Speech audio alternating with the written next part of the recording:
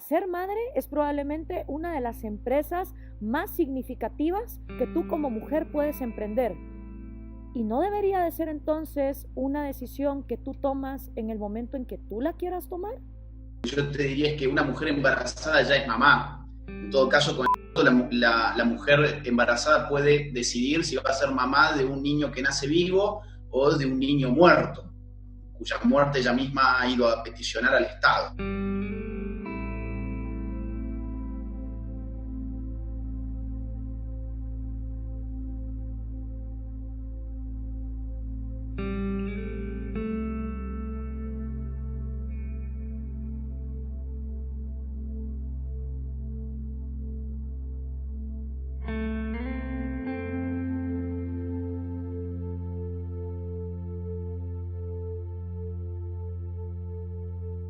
Sí, esto está de facto, por lo menos, despenalizado. Y más aún, a ver, el aborto de facto está despenalizado en todas las causales. El aborto no tiene mujeres presas. Claro. No hay mujeres presas en Argentina por abortar. Con lo cual, digamos, más allá de la letra de la ley, de facto, el sistema ha despenalizado el aborto porque nadie recibe ninguna pena. Dentro del movimiento libertario estoy debajo de quienes estamos a favor de la despenalización de todos los mercados. El mercado de las drogas, el de la eutanasia, el de la venta libre de órganos, el de la prostitución y otros mercados controversiales como el mercado de las bodas gay, ¿sí? Y además, de facto, está legalizado también el aborto. Es decir, cuando yo te digo que por causal de salud integral o por causal de violación, firmando una declaración jurada, cualquier mujer se puede hacer un aborto, ahora sí podés entender por qué el gobierno, por ejemplo, de la provincia de Buenos Aires, en plena pandemia, compra misoprostol como si fuesen caramelos Subus, ¿ok? Los compran de a toneladas. ¿Y pero cómo es? Si no es que el aborto no es legal. No, a ver, de facto en la Argentina el aborto no solamente está despenalizado, sino que también de facto está legalizado porque el Estado está llevando adelante abortos desde hace muchos años y cada vez en mayor cantidad. O sea que lo del 2018 es, digamos, una mera formalidad, pero el poder de lo fáctico dicta otra realidad. Van a poder encontrar que dentro del propio movimiento hay gente que está a favor de despenalizar esos mercados y otra que no. Ahora, dentro de todo el movimiento libertario, lo que nos hace coincidir es precisamente que no creemos que tiene que haber un Estado reemplazando mercados. No podemos caer en las abstracciones de decir, bueno, no, yo defiendo la despenalización, bueno, ok, muy lindo todo eso, pero ¿sabés qué? El proyecto es de legalización, ¿sí? Porque ese proyecto de ley, además, déjame que te diga que habilita abortos en cualquier etapa gestacional, ¿sí? Es decir, en el punto 2 y el punto 1 del artículo 4 del proyecto de ley se plantea abortos sin plazos para los causales de violación y de salud integral. Dentro del tema de las libertades y que uno quiera despenalizar mercados, no quiere decir que todo lo que uno quiere despenalizar es porque es algo en lo que uno quiere incurrir. Por ejemplo, yo estoy a favor del mercado de las bodas gay. ¿Soy lesbiana? No, soy heterosexual. Entonces es una libertad que tal vez yo nunca voy a usar, pero estoy a favor de esas libertades. Estoy a favor de la despenalización de la prostitución.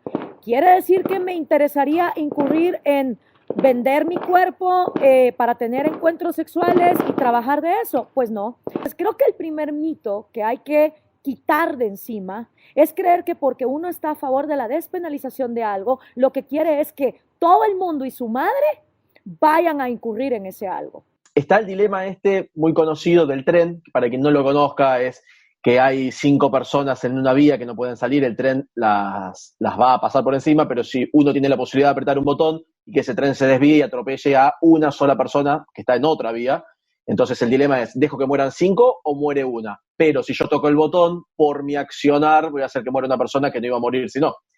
Y yo con esta perspectiva vi un planteo que me pareció interesante, que es que lo que te van a decir siempre es, vos estás a favor de los abortos clandestinos, o estás a favor del aborto o a favor del aborto clandestino, te dicen. Entonces, lo que te dicen es, los abortos se van a producir igual, solo que si se producen y la madre muere, también va a morir el hijo. Que entonces, en el paralelismo con el tema de las vías, sería que está la madre con el hijo, porque va a morir en el aborto, y también va a morir el hijo, o solo el hijo, entonces vos podés salvar a la madre. Ese planteo tiene sentido en la medida en que efectivamente las mujeres mueran en abortos clandestinos. Ahora, lo cierto es que cuando uno va a las estadísticas vitales, por ejemplo, de nuestro país, de la República Argentina, las últimas estadísticas vitales recopilan 19 casos de muertes por aborto inducido. El mismo gobierno que te dice que supuestamente se practican 450.000 abortos clandestinos por año y tenés muertes de 19 en un año, y evidentemente hay algún número ahí que está fallando. Claro, te van a decir, no, pero justamente son abortos clandestinos, entonces no se sabe cuántas mujeres mueren por abortos clandestinos. Mentira. Pero si muere una persona, tiene que fijarse de que murió, no es que murió y la enterraron y desapareció.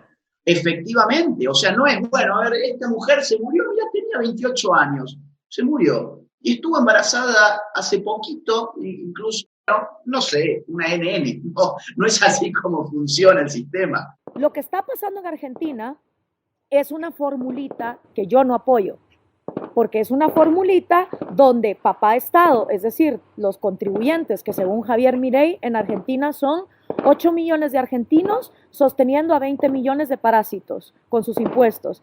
Entonces ahora resulta que si se despenaliza o se legaliza, mejor dicho, se estatiza el aborto, esos 8 millones de argentinos van a encima, sin estar de acuerdo con el aborto de por sí, van a tener que pagar por los abortos de otras personas.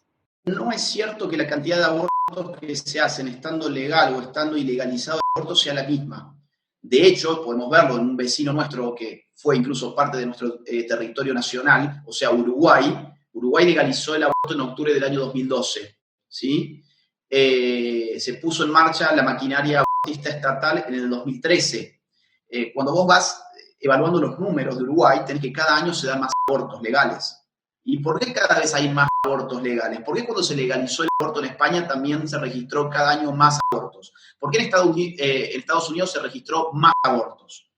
Bueno, por un motivo muy simple, que es que la ley es pedagogía colectiva, ¿sí? La ley no es un instrumento moralmente indiferente. La ley se supone en el imaginario colectivo que demarca lo bueno y lo malo. A ver, si está prohibido robar, será porque nuestra sociedad considera que robar es malo. Si nuestra sociedad considerara que robar es bueno, pues el robo no estaría penado por la ley, ¿se entiende? Entonces, cuando vos legalizás algo, estás dando un mensaje moral a la sociedad. Lo legalizo porque o bien es bueno o no es tan malo. Entonces, la fórmula para que haya menos abortos es despenalizándolo, para que sea visible, esté legalmente constituido, digamos, que cualquier abuso o cualquier cosa que pase, hay un marco legal capaz de proteger al paciente del doctor, como con cualquier malpraxis, y además, al cada cual pagarse el suyo, pues obviamente se reduce. Eso no es porque lo dice Gloria Álvarez, esos son los datos. La OMS considera altamente confiables las estadísticas vitales de Argentina, ¿sí?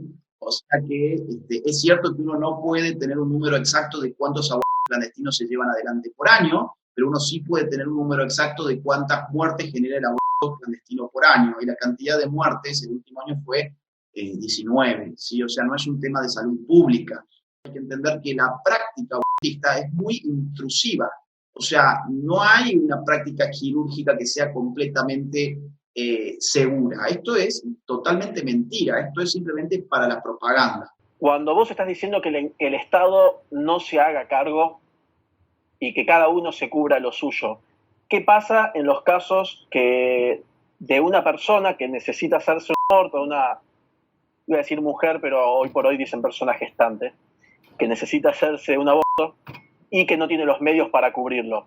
Si es la vida de la madre o la vida del niño por nacer y la vida de la madre realmente está por extinguirse de continuar ese embarazo, yo esa causal te la compro, evidentemente. ¿Cómo debería actuar el Estado? Debería de, por ejemplo, hacer excepciones de impuestos a quienes de su propia plata quieran incidir en la caridad voluntaria para ayudar a esa mujer. como también podrían hacer exención de impuestos a quienes directamente con su plata contribuyan a la educación privada de un niño, a la alimentación de un niño. O sea, un Estado, en vez de ser niñera y estarse encargando de resolver todo, lo que sí puede hacer es incentivar, quitándole los impuestos, que de hecho ya son un robo, a quienes en la sociedad tan preocupados están por las mujeres que no pueden abortar, o por los ancianos, o por los animalitos. O sea, este cuento de que nos importa tanto el prójimo, ok, si nos importa tanto el prójimo, demostrémoslo con nuestra propia plata, haciendo caridad voluntaria. ¿Sí estás a favor o no de la despenalización del aborto en casos de violaciones? No, yo no estoy a favor del aborto en ningún caso, salvo en el caso en que la vida de la madre corra riesgos ciertos, ¿sí? Y aclaro riesgos ciertos porque hoy lo que tiende a hacerse es contemplar como causal el concepto de salud integral. ¿Mm? Ya voy a lo de la violación, aclaro este punto antes porque es importante para que no se malentienda la respuesta.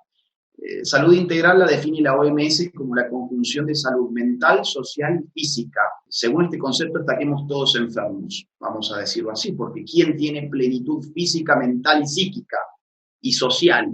La fórmula que más abortos genera es la clandestinidad. De hecho, en el mundo hay más abortos clandestinos que abortos legales y despenalizados, lo cual indica que mantenerlo en la clandestinidad tampoco está resolviendo el problema.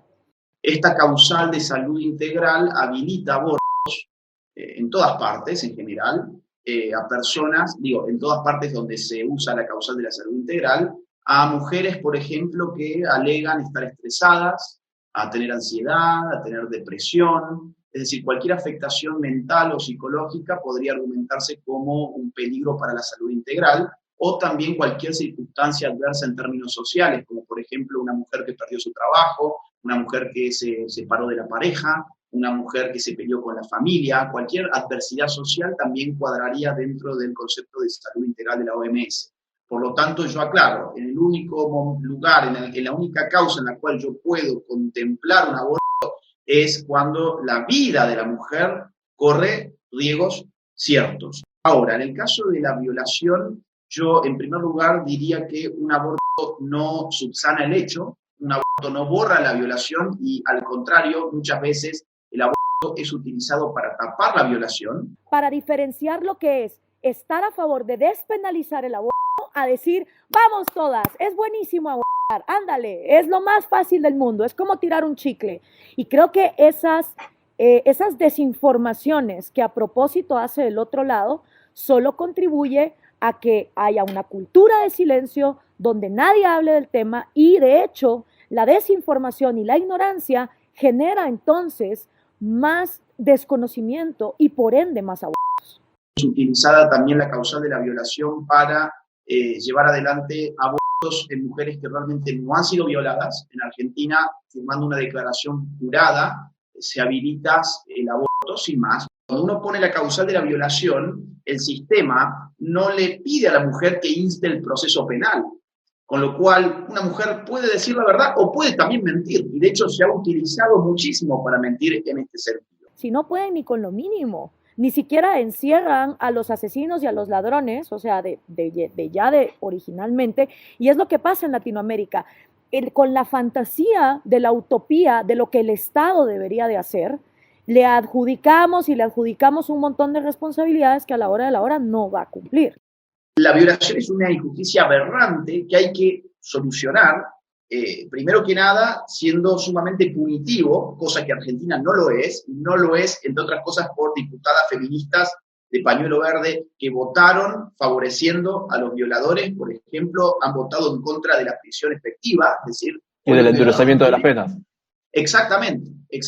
Un violador en Argentina, yo pediría para un violador incluso la castración química. Ahora, no, los derechos humanos, no se puede hablar de eso. Bueno, pero ¿cómo es? ¿Queremos solucionar? ¿Queremos, dejar inactivo sexualmente a ese violador para que no vuelva a molestar a ninguna mujer? Yo incluso también le pediría perpetua. Creo que tiene que ser la ley máxima. Lo mayor punitivo posible contra un violador sería para mí una situación ideal. Ahora bien, ese panorama no se da. Y lo que se le está vendiendo a la gente es que, un aborto puede solucionar el hecho. A una joven de, no sé, 18 años, la violaron, la embarazaron y ahora resulta que, bueno, pero por suerte tiene un aborto, ya está, su vida empieza a ser maravillosa otra vez. No, eso no es cierto.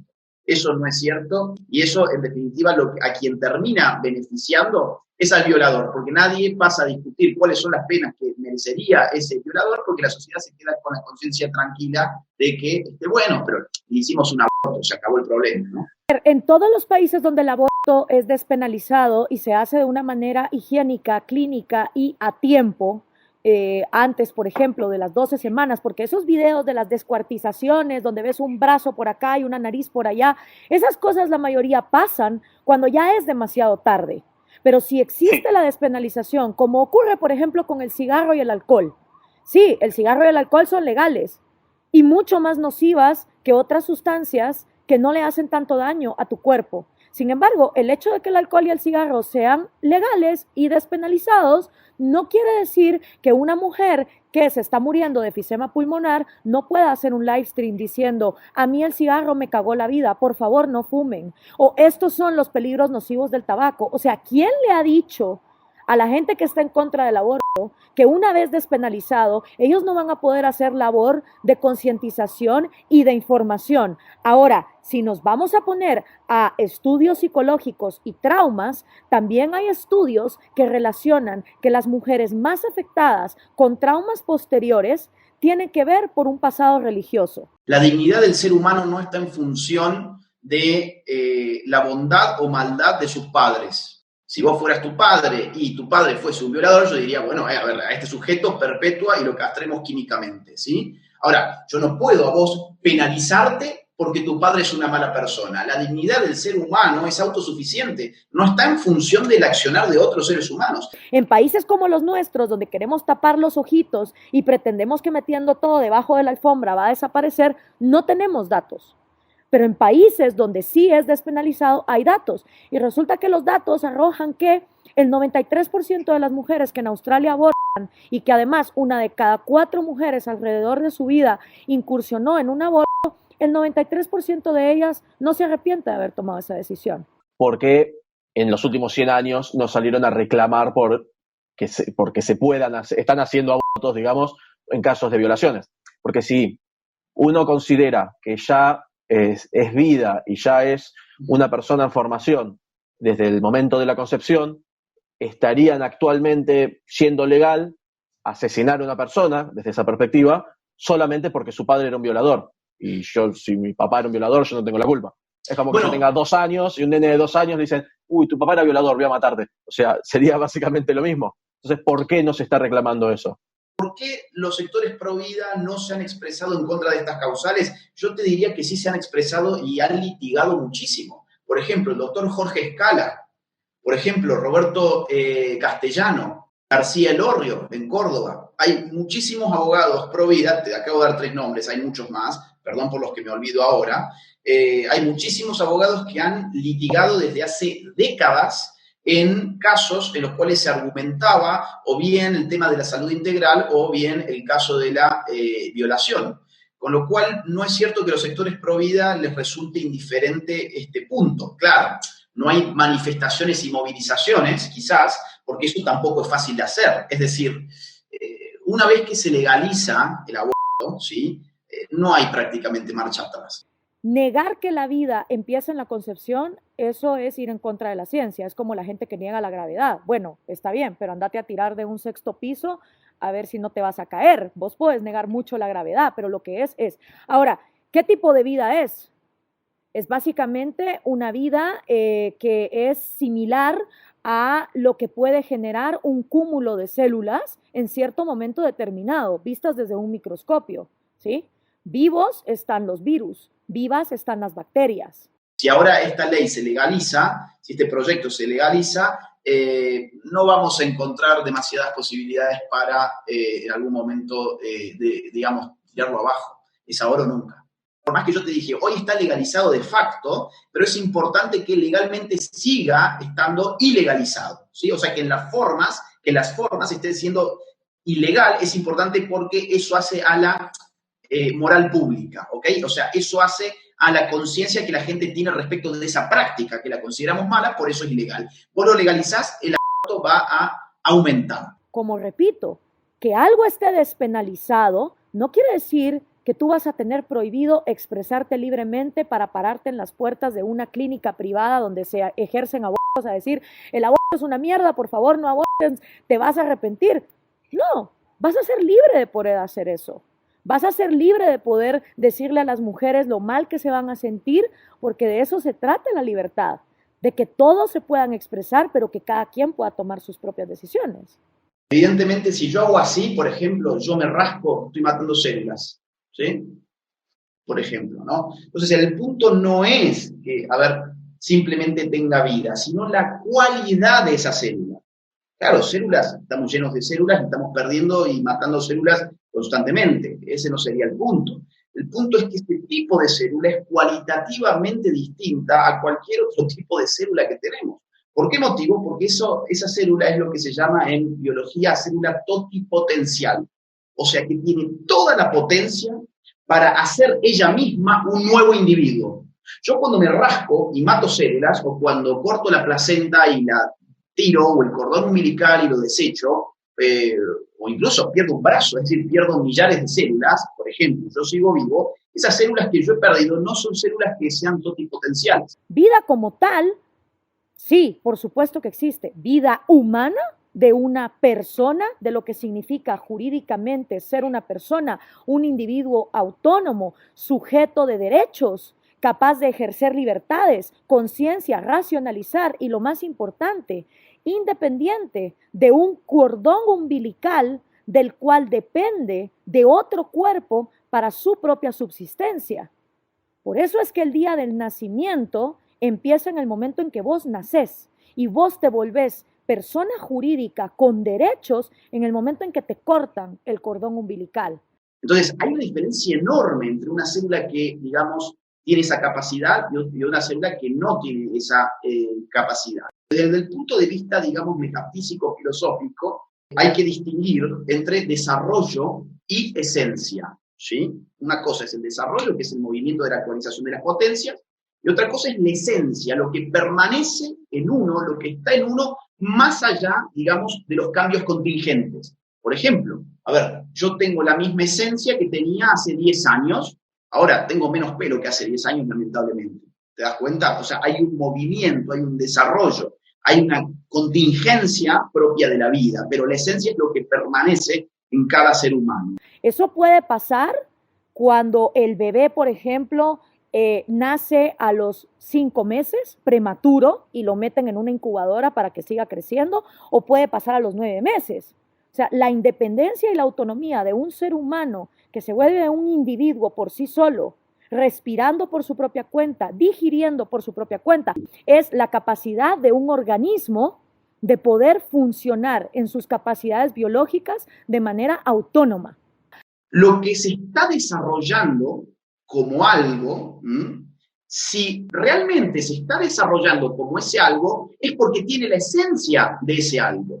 Lo traduzco un poco. Si, digamos, un feto se desarrolla como ser humano que nace a las 9 semanas, si efectivamente se está desarrollando como ese ser humano, es porque ya tiene la esencia de ese ser humano. Si no tuviera la esencia de ese ser humano, entonces no se podría desarrollar como un ser humano. ¿Qué significa la esencia en el plano de la ciencia? Significa ADN. Que además es un potencial ser humano, pero no es un actual ser humano. Entonces no confundamos potencialidad con actualidad, porque si hemos de aceptar lo potencial como lo actual y llamamos al embrión un niño, una persona no nacida, pues podríamos llamar a cualquier adulto un cadáver no muerto. Entonces, ojo con confundir esa potencialidad con actualidad, que creo que es el problema. Han encontrado, digamos, que los seres humanos tenemos huellas genéticas, que todo lo que somos está codificado. Ese mismo código, vaya maravilla, aparece en el momento desde la concepción. ¿Dónde aparece? En esa célula totipotencial que va a empezar a multiplicarse en un desarrollo vital que se presenta como un continuo. La vida es un continuo. Esto lo explica muy bien Javier Milei. No se puede partir, porque si yo la detengo a la vida, lo que estoy haciendo es matar. Esa es la clave de por qué no se puede llamar asesinato u homicidio. porque se asesinan personas. Y un feto, una acumulación de tejidos celulares, no es actualmente una persona, es una persona en potencia. Si es que la madre que lo tiene dentro le da el permiso, que no es el derecho, es el permiso. Un punto ahí que es muy importante. ¿Qué significa decidir sobre mi cuerpo? Decidir sobre mi cuerpo, yo estoy a favor de que una mujer que se quiera, no sé, poner un tatuaje se ponga su piercing, se lo ponga, incluso una persona que se quiera cortar un miembro de su cuerpo, que se lo corte, no tengo nada que decir al respecto. Ahora, cuando uno utiliza su cuerpo y decide sobre su cuerpo y esa decisión involucra la violación de derechos de los demás, una sociedad liberal no puede, digamos, permitir eso. Yo no puedo usar mi cuerpo para golpearte con mi cuerpo a vos en la cara. Ah, no, pero yo quiero mi libertad a decidir sobre mi cuerpo y yo quiero decidir que mi puño se entierre en tus ojos. No. Desde que hay una concepción hasta que ese niño nace y ese cordón umbilical es cortado. Es un proceso y como un proceso, la biología y la ciencia han determinado que el nivel de conciencia, de sufrimiento, de ejercer derechos, gozar libertades y tener responsabilidades es inexistente. La vida es el prerequisito lógico y ontológico de la libertad y de la propiedad. No pertenece al cuerpo de la madre, tanto así que puede ser de un sexo distinto, puede tener un flujo sanguíneo distinto, una presión sanguínea distinta, un factor sanguíneo distinto y, evidentemente, digamos, tiene características genéticas distintas, únicas e irrepetibles. No puedes llamar asesinato a algo que no se está cometiendo contra una persona, contra lo que constituye ser una persona sujeta de derechos.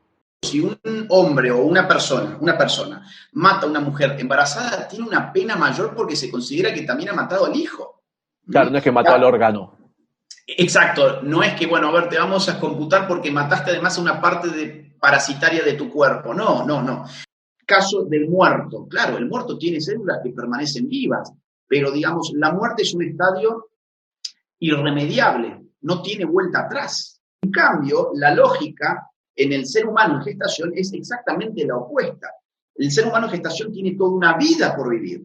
Si se lo deja desarrollarse, se va a desarrollar y va a vivir su vida. En cambio, el muerto ya no tiene ninguna vida por vivir, por más que alguna célula en él quede viva. Esa célula ya no tiene la capacidad de devolverle la vida a ese ser humano. Entonces, vos dirías que una persona lo es una vez que ya nació. Una vez que ese cordón umbilical es cortado y autónomamente puede digerir, puede respirar. En ese momento, esa criatura que es independiente del vientre, que es independiente de un cordón para alimentarse, en ese momento entra a ser persona. Seamos antiestatistas. Yo soy el primer antiestatista. Ahora, no quiero el Estado dentro de la economía, pero tampoco quiero el Estado dentro de la demografía. No quiero el Estado dentro de la cama de la gente. ¿Te das cuenta? Un Estado no está ni para dirigir la economía, ¿sí? Pero tampoco está para dirigir la demografía. Lo demás, ¿sabés quién habló antes de esto, antes que Javi Milei? Lo habló nada menos que Hayek, en su último libro que se llamó La fatal arrogancia. Hayek estaba viendo que los Estados no solamente querían controlar la economía, sino también controlar la demografía. Año 1965, Lyndon Johnson, presidente de los Estados Unidos, su discurso en el 20º aniversario de la ONU, dijo lo siguiente: actuemos sobre el hecho de que menos de $5 invertidos en control de población equivale a $100 invertidos en crecimiento económico. Y claro, obviamente, a ver, necesito más dinero para sacar a los pobres de la pobreza en comparación con el dinero que necesito para matar a los pobres antes de que nazcan. Ese no es el proyecto. El proyecto es otro y hay una biopolítica atrás de todo esto. Entonces, ¿somos liberales? ¿Queremos al Estado fuera de la economía? Bueno, yo también lo quiero fuera de la demografía. Yo no quiero tener un Estado que diga cuántos hijos se pueden tener, que esté impulsando políticas para controlar la fecundidad de la gente, para controlar, digamos, y estimular que la gente, bueno, pueda o quiera hacerse abortos al punto de que el propio Estado te los paga, ¿sí? Y te los paga, ¿por qué? Porque son pañuelos verdes, axilas peludas de color verde, no. Te lo paga porque, como dijo Johnson, que fue un tipo que en esto fue honesto al menos, $5 invertidos en control de población equivalen a más de $100 invertidos en ayudar a los pobres, ¿sí? Esta es la verdad tras la otra. Sí, esa Entonces, es desgraciadamente la ignorancia que existe respecto de lo que es un crimen y lo que no es un crimen. Un crimen se comete en contra de otra persona, entendiendo que hemos dicho varias veces ya en este live lo que es una persona, un individuo autónomo, digamos, sin su cordón, o sea, ya con el cordón umbilical cortado, sujeto de derechos, con goce de libertades, y que en contra de su voluntad se atenta contra su vida, contra su propiedad privada y contra su libertad. El argumento de que ilegal o ilegal el aborto se sigue practicando es una tontera. Es una tontera porque confunde el ser con el deber ser. Es decir, sí, abortos se practican, por supuesto que se practican. Ilegalmente, por supuesto que ilegalmente se practican muchísimos abortos en todas partes. Ahora, constatar esa existencia de abortos ilegales no vuelve al acto un acto moralmente bueno. Robos, por ejemplo, también se registran y se han registrado siempre y se van a registrar siempre por más de que el robo esté prohibido. y van a morir delincuentes. Y bueno, y aparte, claro, y aparte de eso es peligroso. Digo, si yo quiero ir a robar un banco, es probable que me valen, ¿sí? O sea, es probable que mi vida no termine demasiado bien. O sea, asesinatos siguen existiendo. A ver, ¿existen? Sí. ¿Han existido? Sí, siempre han existido. ¿Van a seguir existiendo? Sí, siempre van a seguir existiendo. Y eso no tiene nada que ver con las consideraciones morales que podamos hacer. ¿Te das cuenta? Las violaciones. Vamos a un tema así duro. Las violaciones siempre han existido, existen y lamentablemente van a seguir existiendo, pero a nadie se le pasa por la cabeza decir que porque existen hay que legalizarlas. ¿Por qué? Bueno, porque no son malas. ¿Por qué no son malas? Porque existen. No, eso es una tontera, ¿sí? O sea, eso es un engaño sofístico. No es mentira tampoco que por esto ser un proceso donde se van desarrollando los diferentes órganos del propio bebé, mientras más tiempo pase, más posibilidades de que haya sensaciones y digamos más, ni siquiera conciencia, porque eso sí ya sabemos. Que se desarrolle la red neuronal. Que se desarrolle la red neuronal, que se desarrolle la columna vertebral, que empiece un latido del corazón. O sea, eso, quien lo ignora hoy en día es tristemente porque no dejan enseñar evolución en las escuelas. ¿Cómo se hace para tratar de ayudar a que se produzcan menos abortos? Bueno, hay muchas formas. Agilizando leyes de adopción, por ejemplo, que no se han permitido buenas leyes de adopción en Argentina desde hace muchos años. En este momento en Argentina vos tenés muchas más parejas pidiendo adoptar niños que niños en adopción. Pero aún así, esos niños en adopción, o sea, no es que el niño que no se lo da a una familia es porque no hay ninguna familia que lo quiera. Eso es mentira. Es porque uno se tiene que embarcar en burocracia estatal, otra vez volvemos al Estado, burocracia estatal que te tienen años con peritos psiquiátricos y viendo tus ingresos, viendo cómo se constituye tu familia. Y es un lío bárbaro y hasta que te dan el chico pueden pasar años. Facilitarlo para las dos partes, para la madre que no quiere tener al hijo con ella, y para los padres que no pueden tener el hijo y que quisieran tener un hijo aunque sea de otra persona. Eso es la adopción, ¿sí? Yo personalmente recomendar que tú agarres a un bebé a los 8 meses que está dentro de tu cuerpo y le termines la vida, es algo que personalmente no recomendaría.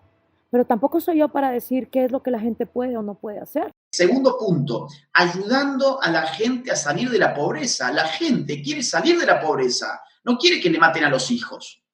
Matar el hijo al pobre no lo saca el pobre de la pobreza. Lo único que hace en todo caso es que el Estado tenga que dar menos subsidios a nuevos pobres. Ayudar a los pobres a salir de la pobreza, no a mantenerlos presos de un sistema clientelista que los utiliza como reos políticos, ¿sí? ¿Por qué no nos registran entonces nuestros padres en el momento en que nuestra madre se entera que está embarazada? Y va al registro y dice, en este momento quiero registrar a la persona, porque biológica y jurídicamente se entiende y se sabe por lo que se percibe que ese es un ser humano en potencia, no un actual ser humano. Entonces, exponer a la mujer a ese daño, a ese mal, ¿por qué la mujer quiere hacerse un aborto? Quiere hacerse un aborto quizás porque en nuestra sociedad se le ha hecho creer de que si tiene hijos no es exitosa, porque hay una pobreza que no te permite tener hijos, porque la pasás mal siendo madre soltera. O sea, ¿cuáles son los factores que a una mujer llevan a querer hacerse un aborto? Bueno, sobre esos factores hay que trabajar. El aborto nunca es una solución. El aborto lo que termina haciendo es generándole un daño a la mujer que la empuja a cometer una injusticia que lamentablemente la va a acompañar por el resto de su vida.